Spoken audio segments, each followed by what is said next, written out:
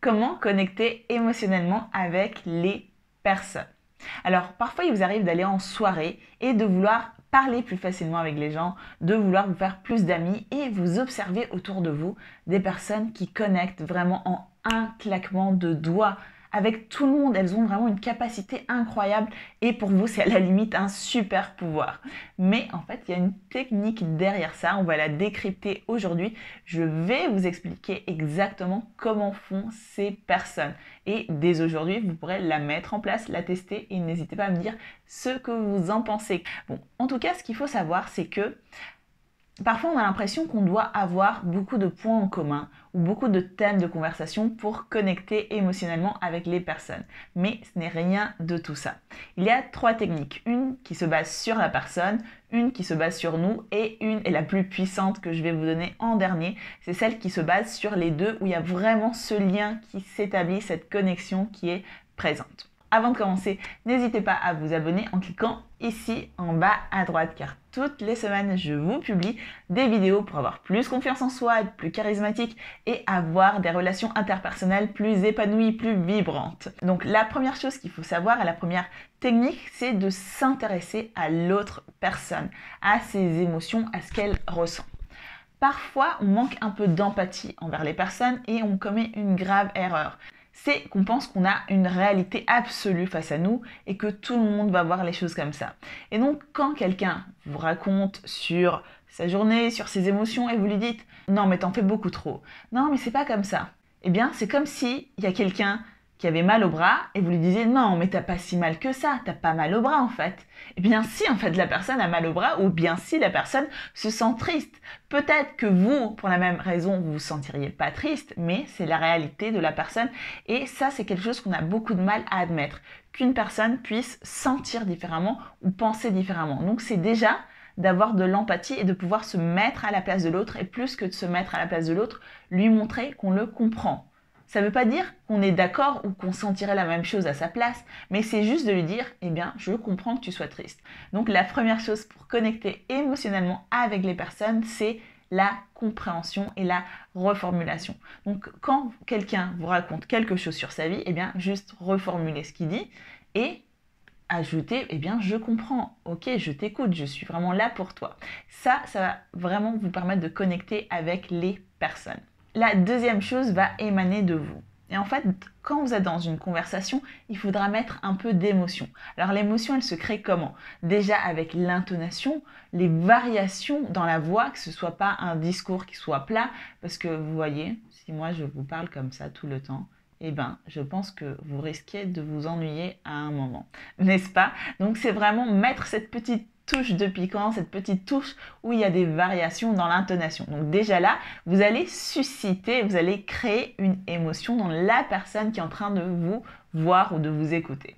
La deuxième chose, c'est littéralement d'évoquer des émotions pendant que vous parlez. Donc au lieu de raconter les choses d'une façon plate, où vous décrivez, on va dire, presque objectivement ce qui s'est passé, eh bien, mettez votre point de vue, mettez vos émotions, parlez de ce qui vous arrive. Mais c'est vrai que c'est quelque chose que généralement, on n'aborde pas facilement. On a du mal et on est un peu bloqué parfois par rapport à ça.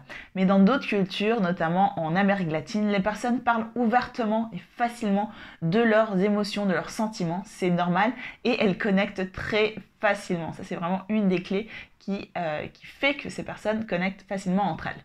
Donc, par exemple, vous êtes en train de parler de votre journée. Au lieu de dire et oui, aujourd'hui, je suis allée au travail, ça s'est bien passé, j'ai fait ceci ou cela. Et bien dire, aujourd'hui, c'était super, j'ai mangé avec mes collègues de travail et j'ai vraiment passé un super moment, j'étais hyper contente. Vous voyez la différence? Un discours est plutôt plat et l'autre, il est un peu plus pimenté. Donc, mettez un peu de piment dans votre conversation. Et la troisième chose, et ça, c'est vraiment la chose la plus puissante, c'est que vous allez trouver un point commun.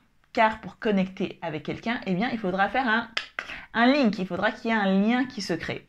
Et ça va être à travers l'émotion. Mais vous allez me dire, mais comment en fait? Peut-être que la personne ressent quelque chose et moi je ressens quelque chose de très différent. Eh bien, oui, je vais vous montrer comment arriver à trouver un lien, même si vous êtes face à quelqu'un qui a des sensibilités mais complètement opposées.